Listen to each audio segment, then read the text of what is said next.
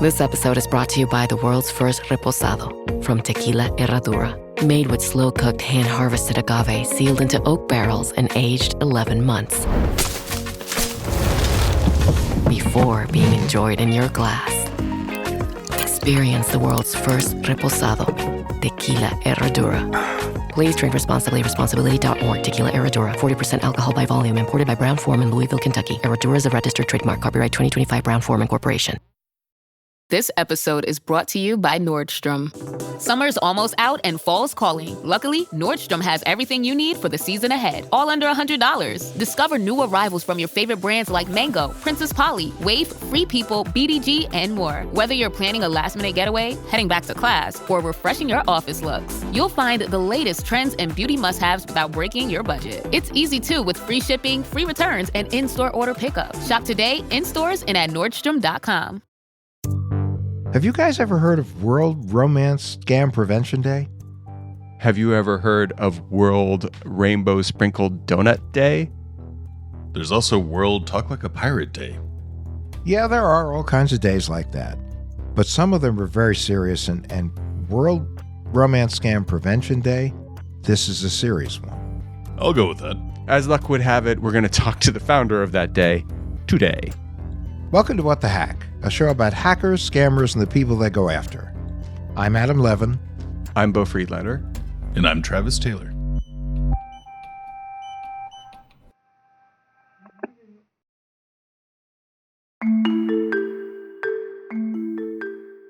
Kathy Waters, welcome to What the Hack. So you're the co-founder of Advocating Against Romance Scammers. Tell us a little bit about that. Advocating Against Romance Scammers brings a lot of information, education to victims, and we have great resources for mental health, psychological, emotional, as well as identity theft services. Okay, Kathy, so how did you get into this? My mother's friend was talking to my mom about a new guy she had met online. He was a soldier in the Army, and he was deployed, and he was soon to retire. They started talking for a few months, planning their life together. He had a child. She was finally going to be a mom that she had always wanted to be. And they talked about buying a house and putting a down payment down. So he had asked for a few $1,000s for a down payment because he knew who the real estate agent was. And so she trusted him, sent him the money. And from then on, she continued to send money through gift cards, and come to find out it was all a scam. I had seen his picture on her profile, looked him up, saw on the uniform it said Denny on it. So I looked up Army Man Denny, and I found Brian Denny, who is now my co-founder in our nonprofit, and told me you can look up any name with Denny and you'll find his picture. And sure enough, I did. So I screenshot a lot of those accounts, sent them to her. And unfortunately, she still had a hard time with it, of believing the story. But for years now, she still thinks that he has something to do with it. She really believes that Brian is tied to them in some way. Which brings up a point I think about when it comes to romance scams. Is it all made possible by how isolated people are? I think a lot of it is. I think things are getting better now, as in with the loneliness. With COVID, when that hit, the numbers rose because everybody was home then. And so the internet was their socialization. But unfortunately, it does hit a lot of the lonely people. And it can even stem back to people who have had issues since they were young children. I mean, everybody's story is different. The scammer stories usually stay the same, just because they usually read on the scripts, but everybody's emotional and psychological history is different, and it can impact anybody. What sort of increase did you see during the pandemic? When I first started this about 7 years ago, we saw more 60s to 80s range, and it's been getting younger. 50s now more, 50s to 70s. During the COVID, though, it was hitting the about 30, 35-ish. It sounds like in the beginning of romance scams growth online, it was hitting people who were not digital natives. Is that right? Yeah, I think a lot of people then didn't realize how many crooks were out there online, and they still trusted a lot of people. I think that was a lot of it. And then with the younger group, you see that are getting scammed on here, they never think it's going to happen to them because they do know how to, maneuver around a social media site and know the red flags. And just because you know them doesn't mean that you're not going to be vulnerable in one part. And is this mostly from what you're seeing, like app-based with dating apps or social media, or kind of what's the platform that they're dealing with? All of them. Anything that has a chat. So we're talking about some sort of real-time messaging feature, which is integral to most platforms. And it's important to remember that while a scammer may approach a target on social media, they may move the conversation to another platform. That's a classic move. Are we talking about seniors using sort of dinosaur legacy programming that like where they're easy targets because they're like, "Hi, how you doing? I'm good. I'm Bob. I'm handsome." No, not necessarily. Everybody of all ages are on the social media, and a lot of times it's to see family who live far away, and they get to see the pictures and stuff, and they belong to support groups. Some people have had losses, and so they belong to support groups that have to do with being a widow or widower, and that is where a lot of these scammers will hang out and try and find their next client. But it's through their messaging system mostly. Wait a second now, Kathy. You said client. Is not victim? Well, they are absolutely victims in my eyes, but the scammers refer them as their clients. Wow.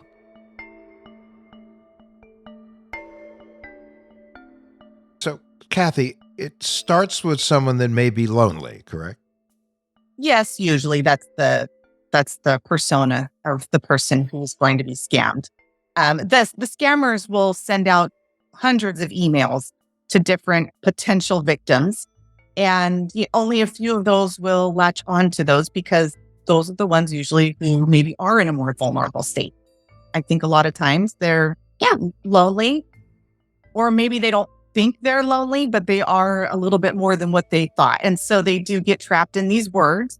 The attention is always something that a lot of these people hang on to, and it's almost like an addicting factor. They will also do their own research too on somebody's profile. Once they start, talking with them, getting some communication going, they'll notice some of their hobbies that they do. They'll look in their pictures, see that they have grandchildren. I mean, they try and find any kind of links that they can to bring in that more emotional connection.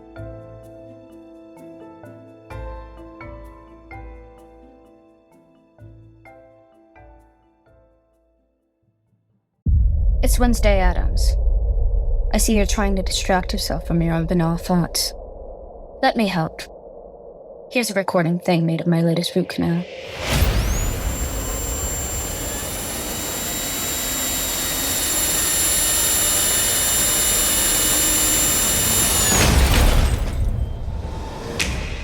Wednesday Season 2 is now playing, only on Netflix. Right now, at the Home Depot, you'll find storage solutions made to fit your needs. Grab an HDX Tough Tote to protect your tools. Or keep your sports equipment contained with reinforced snap-fit lids. Or stack up and make better use of your space with bins and totes built to last. Whatever you're storing, we've got the gear to keep it organized and protected at the Home Depot. How doers get more done.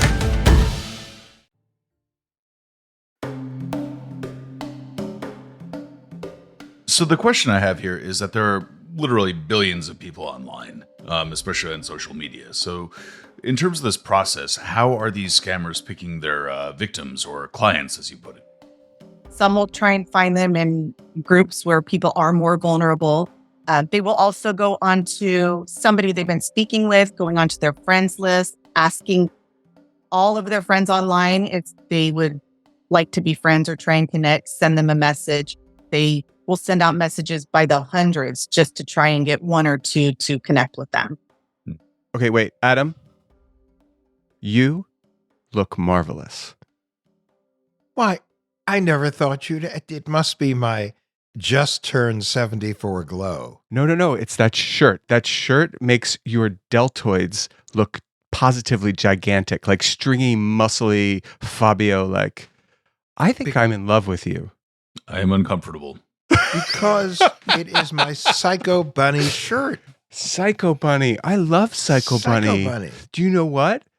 What? I actually had a dream that I was going to marry a 70-year-old man who wore Psycho Bunny shirts. This But is then I'm weird. too old for you because I'm not 70 anymore. No, but dreams are never exact. But I think you might be my dream come true.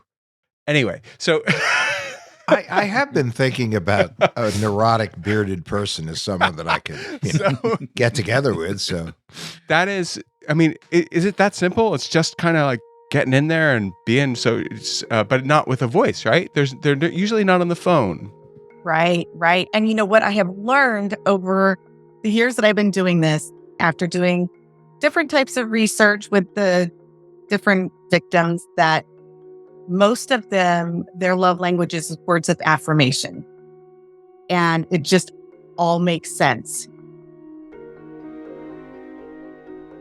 When I think about it, though, there's a lot of different ways in which these scammers scam people.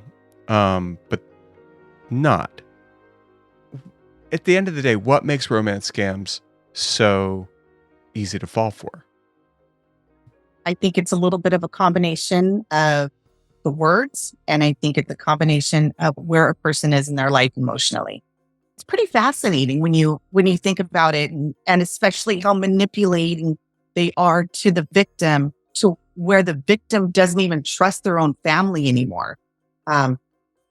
It's the brainwashing in this scam is absolutely extraordinary. Okay, so talk about that. It sounds like you're saying the scammers isolate their clients or victims, and in such a way that they take over their psyches. Absolutely. Yes. They definitely try and isolate them. They will tell them, don't tell anybody about our relationship.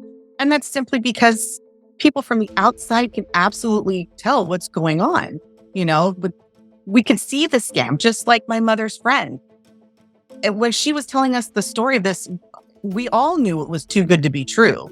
But how do we prove this? And I was very fortunate to be able to find Brian.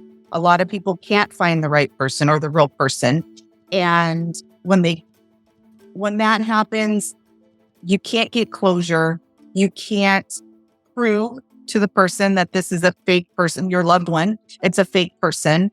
And how do you move forward in trying to tell them that this is all fake when they've got the scammer on the other end being questioned by the victim and they have an answer for everything? How do scammers get their clients to actually listen to them and not their family and friends? I guess it's an isolated person, isolating an isolated person even more, and then putting them in a position where you can't prove a negative. Yes, absolutely. It's very much like that. I used to compare it to like an addict, like a drug addict, but researchers have been doing this, and they're looking at it like a domestic violence abuse, the psychological, emotional abuse that goes along with those kind of relationships as well. They are tying that more into it than a drug addiction. How does that work? Well, it affects your brain. It's we like to hear those words. It's like at the beginning of a real relationship in person. You get to go out with the person, you have a good time, they make you feel good.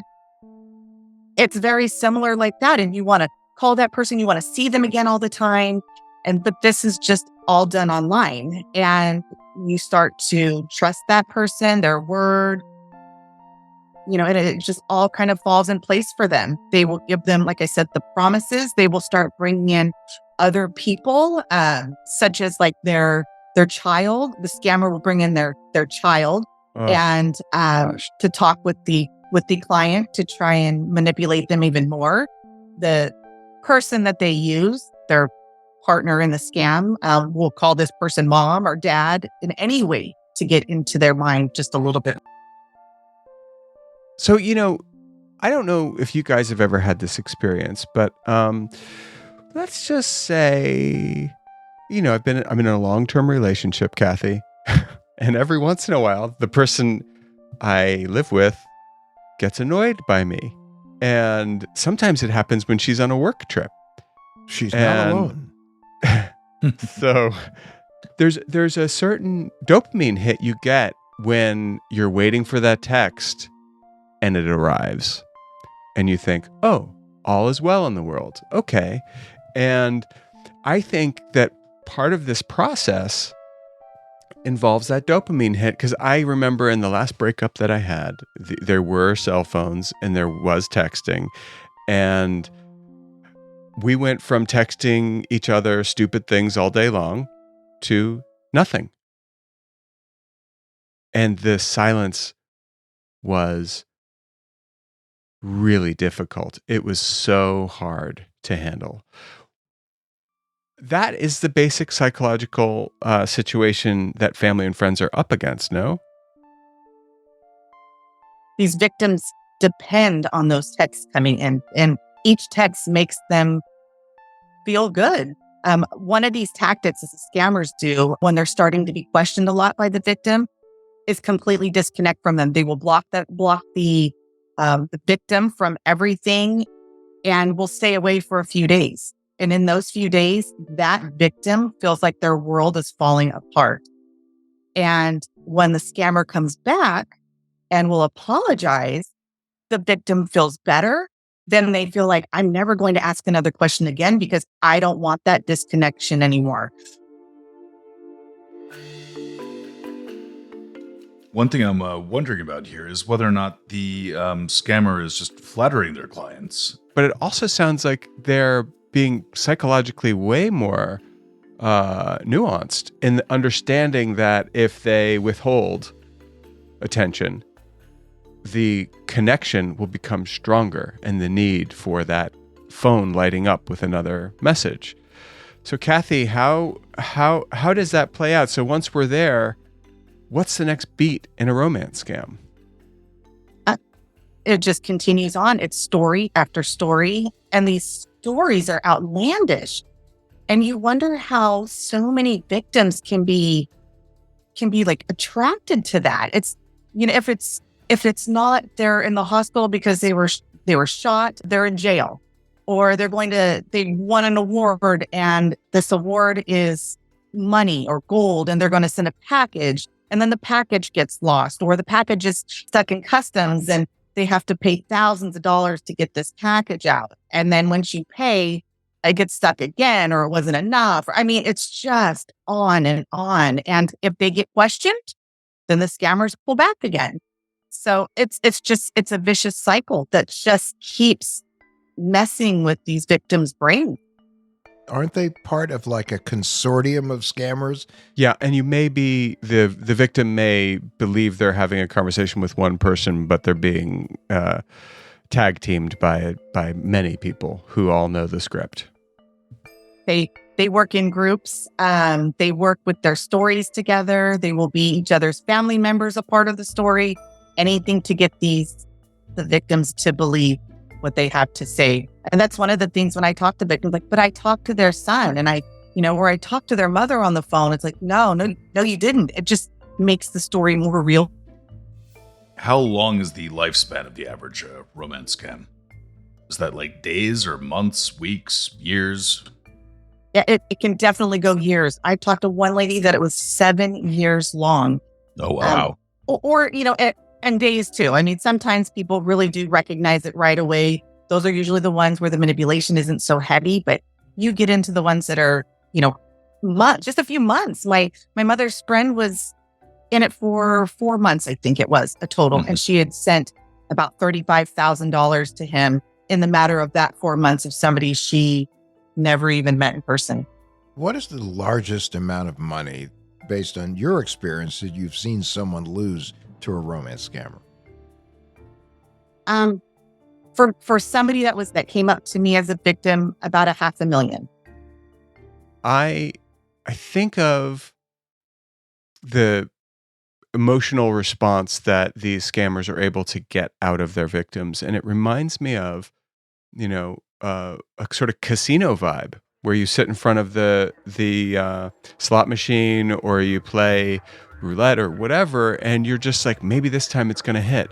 And you're okay with losing $1,000 on Monday because you're going to be at the casino till Thursday and you never know if you're going to hit. And these scammers understand, like, they have the example out there, right, of casinos. Like, people give all their money to casinos all the time. It's perfectly legal. So what are they after? They're after that dopamine hit. How about we do the same thing here? It sounds to me, that's how I can explain that a person over the course of 7 years would hand over $100,000, because they're not doing it all at once. They're doing it in drips and drabs. And by the time they, realize what's happened, they have been completely bankrupted. Beau, we are a shame-free zone. Yeah, And yeah. Anybody, and I mean anybody, can be a victim. Not me. You. Yes, I would agree with that. I agree with that. We know that a lot of people just are embarrassed by this. They don't want to talk about this. They don't report this. But based on those who do report, is there any idea as to how many people become victims of romance scams every year? I spoke with the ex-head of the IC3, which is the Internet Crimes Complaint Center. They are the center where you will report for the FBI for the cybercrimes. And she said that they felt probably less than 3% actually report the scams. And with $3 billion going out of the United States between romance scams and the pig butchering scams, that's astronomical. And to think that people don't feel safe enough to come forward to report is mind-boggling. I feel awful that these victims are going through this alone, and they are not alone. So that's a huge part of this day too, is for people to be aware that you are not alone and that there is absolutely support, not only here in the United States, but all over the world. How do we make people feel safe about coming forward about their experiences with these scams? It's important for victims to know that their identity is safe with organizations that are out there. And I mean, you definitely have to be careful. There are other groups out there that probably aren't so safe with your identity. But if you do your own research and you look into the groups that are out there, there's several great Facebook groups. You're more than welcome to come to our site. We can give you some names of the people that we work with. But I know a lot of people are afraid to report to law enforcement because it could get back to their family. They could be dragged to court and they don't want to give, their information. And those are solid concerns. But your justice is worth far more. And I'm not saying that maybe your marriage, because some married people do get involved in the scams, isn't important. But I am saying that you definitely deserve to maybe see this scammer be put in jail. Unfortunately, you don't get your money back, or it's very, very rare that you'll get your money back. So do these happen more on dating apps, social media? Are there other ways that scammers prey on people that we're not aware of? Scams are all over, really. I mean, the majority of the romance scams right now are happening within the social media, any chat sites. But you can find scams anywhere, your phone, your emails. But romance scams, particularly in the messaging and social media sites. What, if anything, should these messaging sites be doing differently? I absolutely think that they need to be stricter with safer sites. Match Group has been a supporter of this World Romance Scam Prevention Day since the beginning, and we would love for every social media company to follow suit. There's no reason why there should be so many scams online. I believe that they also need human eyes on these reports that people are reporting these fake accounts. We're getting, the same automated information and responses back that it's not within their community standards. And as a huge example, I turn in Brian's accounts very often, the fake accounts. And I turn them in as a friend of his. And so Brian will get the information that somebody reported an account. And once he gets that information, they'll come back and say it's within community standard. How can they respond to somebody, the actual person, and say that the fake account is real? It's mind-boggling. A lot more needs to be done in that realm of safety on the platforms. And unfortunately, a lot of the platforms aren't on board. If you could wave a magic wand and things would immediately change, what would you have them change? What policies can you make them do that would be far more inhospitable to people who are masquerading as people like Brian, for instance? Every website out there, every social media website out there have great community standards. They just don't follow them. So unfortunately, we're not ones that want to regulate everything, but social media needs to be regulated. They have been self-policing themselves for decades now, and it has gotten us nowhere. It's gotten us worse, actually, in worse spots. And to where, it's not just the money, it's the lives that are being lost. And they're not held responsible for it. And unfortunately, I would think that waving that magic wand, I would make them responsible for any crimes that they're allowing online. And you mean legally in a court of law, responsible? Yes. Answerable right. to the law.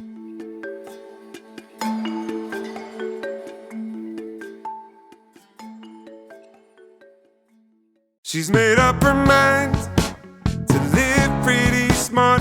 Learn to budget responsibly right from the start. She spends a little less and puts more into savings. Keeps her blood pressure low and credit score raises. She's cutting debt right out of her life. She tracks her cash flow on a spreadsheet at night. Boring money moves make kinda lame songs, but they sound pretty sweet to your wallet. PNC Bank, brilliantly boring since 1865. This podcast is brought to you by Carvana. Buying a car shouldn't eat up your week. That's why Carvana made it convenient. Car buying that fits around your life, not the other way around. You can get pre-qualified for an auto loan in just a couple of minutes and browse thousands of quality car options, all within your terms, all online, all on your schedule. Turn car buying into a few clicks and not a full week's endeavor. Finance and buy your car at your convenience on Carvana. Financing subject to credit approval. Additional terms and conditions may apply. Tell us a little bit about World Romance Prevention Day. Is that like National Daughter Day or Scratch Your Dog Behind the Ear Day? Is it a real day, or is it a marketing thing? What is it? Oh, it's absolutely a real day. So we were able to get it registered. Oh, right. I made it sound like you were involved in romance prevention. My bad. Right. And so it's World Romance Scam Prevention Day. And we were thinking about it at the beginning of the year. Maybe we should look into this. How does everything else have a day, but something this important, and the money loss and the losses of lives because of this, it needs a day of recognition. It needs a day for all of us to come together and put out as much education and awareness as possible. So we went ahead with it, and people are really supportive of the day. And I'm not just talking within the United States. This is something that's going on all over the world. So what happens on this day of recognition? So for us, we are doing a webinar. It's hosted by InfraGard, National Members Alliance. The London Police have 2 days worth of work that they're doing. They're getting their law enforcement together. They're having speakers come out. So many countries are getting together and actually recognizing this day. And it's really just to promote the education that people are not aware of. And I really think that the stigmas that are out there is because people haven't educated themselves in this scam. And they're very quick to point the finger of how people just send money to strangers, which is absolutely not the case. Obviously, it has a lot to do with the manipulation. It has been so great to talk to you. We really thank you so much, especially, and we know how busy you are trying to get the word out about these romance scams. So what's your website? It's advocatingforyou.com, and it's the letter U, not Y-O-U. And then we also have one for the World Romance Scam Prevention Day, and that's protectingheartsday.com. Thank you so much, Kathy. Thank you, and keep up the good work, Kathy. Thank you. Thank you for having me. I really appreciate you guys making the time for me and this day.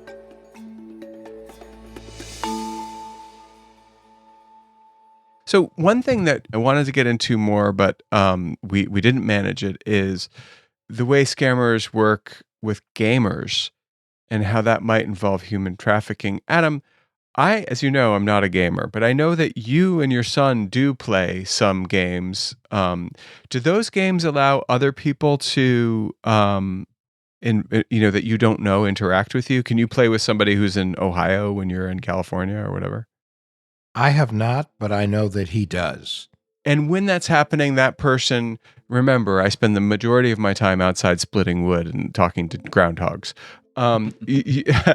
When you're on those games, they can talk to you. Is that right? How on earth does it work? Well, it's a pretty standard feature of just about any gaming platform right now, where you're able to communicate with other people that you're playing with or against. Right, but if you're playing like I'm shooting people, I'm like, yay, haha, you just exploded. Like, I find you so attractive. It just doesn't, it seems dissonant to me. Like, I'm not going to. Well, what you can do is, I don't think they come on that strong initially, but what you can do is just add someone as a friend if you've been playing with them for a bit. And then when you add them to as a contact, that means that they can communicate with you sometimes even outside of the game and just on the platform. And then you can kind of build a friendship there. Travis, where does the human trafficking part come in? Unfortunately, the way that this has been working of late, especially in countries like Cambodia, is people will get drawn in with the opportunity to make a lot of money working in an office if they can speak English. And then it ends up being that they are technically enslaved. What? Yeah. And what are they enslaved to do? To reach out to other people online. So every time you have someone saying like, hey, I like the way you just performed that headshot or whatever in a video game, that is very often going to be someone who is indentured at a minimum. Wow. Beau, this is one of the things that's just so mind-boggling about all this, is how complex it is, how many people are involved, all the different roles they play. Yeah, I mean, but it is that sort of like pull a thread or go down a rabbit hole and, you're lost. It's it's exactly as you say. It's mind blowing.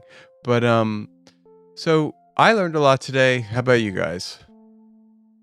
Definitely. I mean, we've certainly had some people who've been victims of romance scams online, but no one that's been, I think, quite as high up in terms of dealing with that. I think her insight has been invaluable. It's a terrific organization. And one of the big things that it deals with is this is really an addiction. Wow, yeah. I mean, and I can say I know a bit about that, as you know, and it hits the same buttons. I think it does. And that's the hardest part, because when you have a family member who's like giving money away to a stranger, and you say, well, the stranger is actually refers to as a client, and they're based in Indonesia or Nigeria or wherever, or Turkey or Poland or Russia, they're not going to believe you, because they're like, yeah, but don't you dare take away my drug.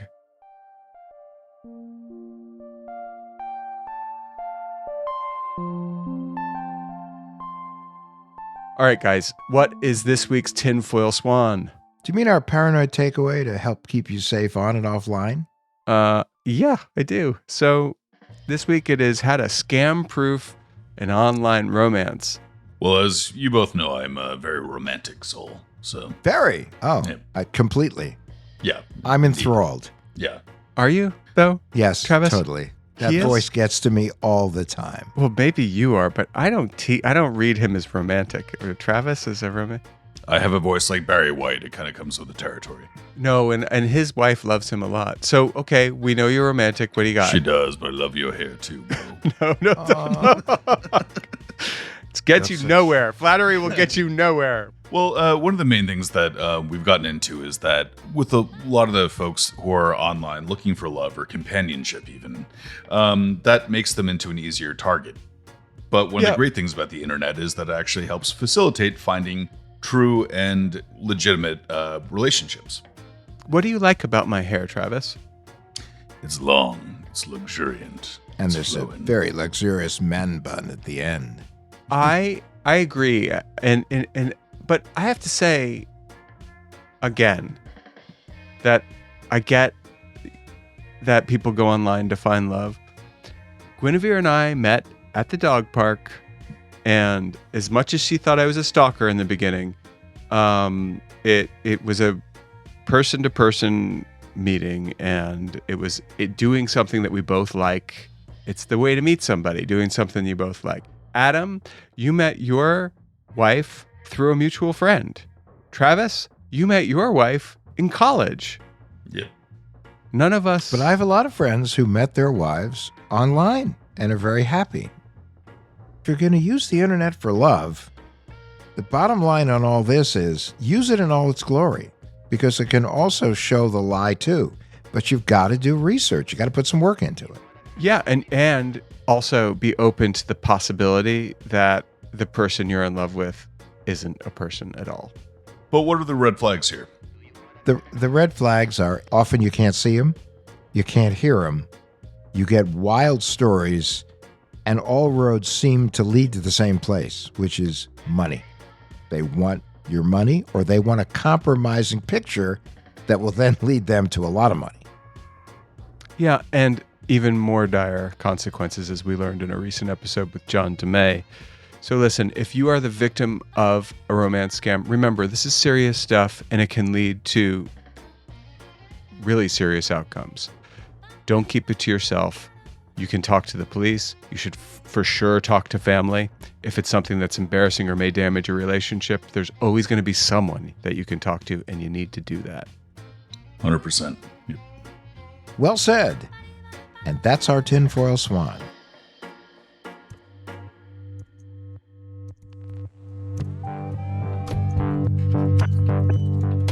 What the Hack with Adam Levin is a production of Loud Tree Media. You can find us online at adamlevin.com and on Instagram, Twitter, and Facebook at Adam K. Levin.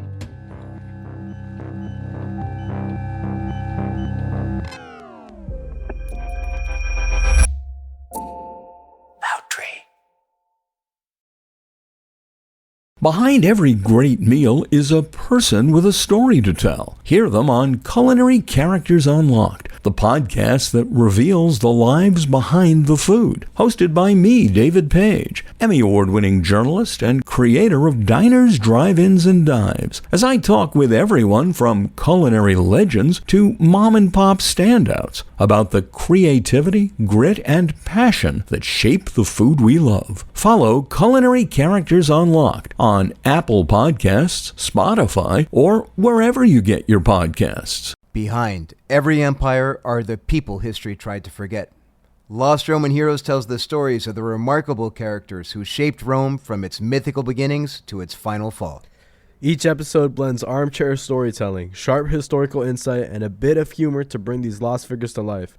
From generals to scientists, from rebels to empresses, from priests to politicians, these lost Roman heroes have one thing in common. They stood up for civilization when the bad guys threatened, and in doing so, they changed the course of human history. If you're into history that's vivid, surprising, and deeply human, this show's for you.